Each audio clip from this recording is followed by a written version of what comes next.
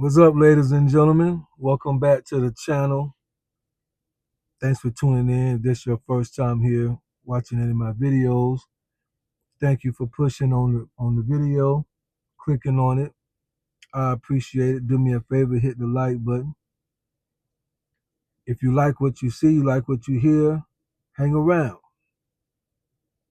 I'm gonna tell you right now, if you are a lazy man, don't care what color you are. I don't care what color you are. I don't care. This ain't to know. The only demographic this is for is you a man.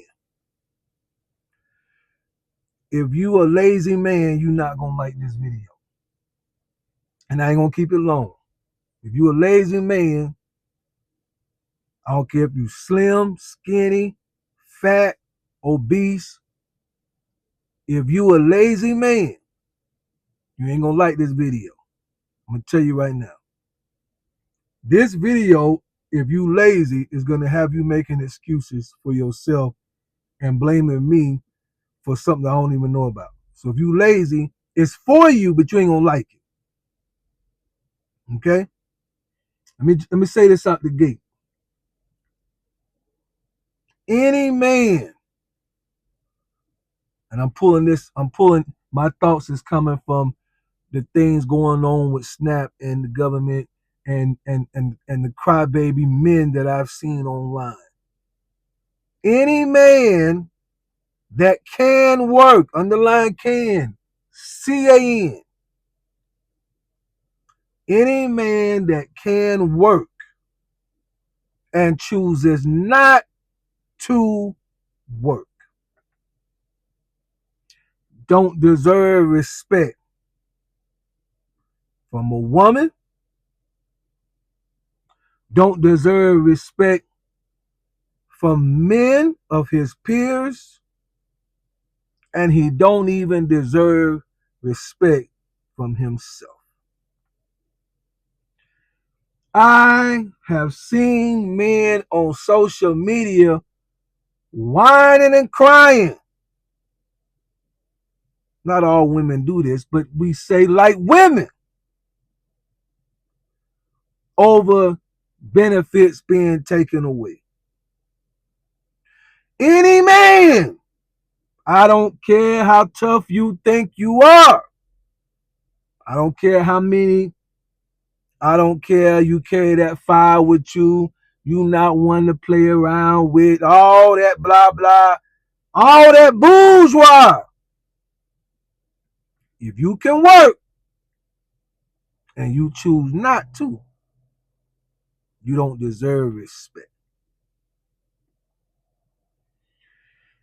There is a verse from the book, the good book, that we have often heard, especially in these times.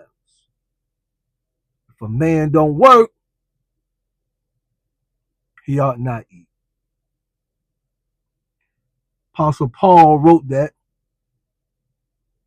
in his letters to the Thessalonians. 2 Thessalonians, I believe, chapter 3, so around verse 10. Let me tell you what he wrote. For even when we was with you, we gave you this rule. This is what he's telling the church. Even when we were with you, we gave you this rule. The one who is unwilling to work, teach Professor X, shall not eat. See, America has spoiled us, right? Because we know that verse, but we interpret it differently. So we see that verse as, if you are not willing to go to work, then of course you're not going to have anything of substance to provide for yourself. So obviously you won't eat. That's how we see that. If a man don't go to work, obviously he won't have no apples and oranges, no grapes, no peaches, no hamburger, no hot dogs. no filet mignon, no orange juice, no cottage cheese, no mayonnaise, whatever it is that you like. For those of you that like ketchup with your eggs, won't have that. For those of you that like tacos with Mexican cheese, you won't have that. If you don't work, you can't get it. It's about business, commerce. You got to be able to produce something to get something. If you don't work, that's how we interpret. But that ain't really, he's saying that, but go deeper than that. See, America has spoiled us with our systems, with our social programs in an attempt to help those who really are in need. We had to include people who are not in need, in particular men. What Paul really is saying is, we left a rule with you all. If you see someone is not willing to work, make sure that individual don't get nothing to eat. Yes. See, in America, with our systems and our programs, you can stay home as a man and still eat based on what you can get from others. You wait around on the first or whatever the date is, and you get your little money on your little card, and you can go eat and then drive around and hang out like you doing something. You contributing nothing. You ain't working. You're not putting in on the pot. And Paul was telling the people of Thessalonica, whoever is unwilling to work, we left you this rule when we was with you before. We told you this is a rule. When you see lazy men, make sure they don't eat. Was Paul trying to make and force lazy men to starve? No, this wasn't about going hungry. This wasn't about not having nothing in your belly. This was about your place as a man and not being a freeloader. This was about a man should have integrity. This was about a man should be able to contribute. This was about manhood. If you're going to be a man, you got to contribute something. And if you see any man that's not contributing, make sure he's lazy behind. Don't get nothing to eat. You sit and watch while we eat. You don't eat. Yes. That's how the old folks used to say it back in the old Baptist church. Preacher say something good. They say, yes. Yeah. See, in America, you can hang out all day on the porch, goof off, go bang your baby mama, take her to work, go hit 3 more chicks. Talking about you selling shoes out your car. You ain't got enough money to take the woman who had your baby. You can't even take her to Popeyes.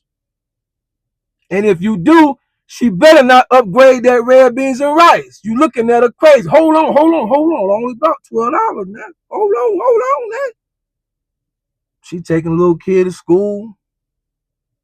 Got a little kid on her insurance, Medicaid, whatever. She letting you use her car. Your raggedy self take her to Popeye. She can't even upgrade her red beans and rice. She asking for honey for the biscuits. You think they gonna charge extra? You like, we got honey at the house. The girl at the restaurant gotta be like, honey, the honey free. Oh, okay, give us 10. If it's free, give us 10 to 20 of them. That's how y'all are. You lazy. And Paul said, you see a man that don't contribute. See, real men only respect men who grind and hustle. We have no respect for men who make excuses about if they're able to. We have no respect. Real men have no respect for men who make excuses and won't get up, hit the grind, and produce some kind of provision and income to take care of him and his responsibilities. And a woman may love you emotionally. She may love you. But if you lazy and won't work, she won't respect you. Because her nature tells her, even if she making $150,000 a year, and she might be the primary breadwinner in terms of whoever makes the most money, her nature tells her, Jimmy here ought to be able to produce something. He's in bed when I got up. He's on the couch playing PlayStation when I got home. She may love you. She may wipe your forehead when you sick and have a fever and you get hot, but she won't respect you. This rule we left with you when we was with you before. If any are unwilling, let me add a parenthesis there, if any are able to and unwilling to work, that man shall not eat. It's a rule. Paul is saying, I'm putting it into effect. But now you're in America, and we think that we can supersede and there won't be consequences for our actions. I'm telling you now, nature, God, whoever you want to call it, meant what he said. Just because we allow systems to come in and take care of lazy folk, in particular men, we're going to see this bring havoc and it's going to get disrupted. And at some point, we're going to have to go back to saying, if you are able and capable man, you got to get up, get out, and get something. Don't let the days of your life pass by. You got to get up, get out, and get something, Outkast said back in the 90s. Don't spend all your time trying to get high. Get it, got it good.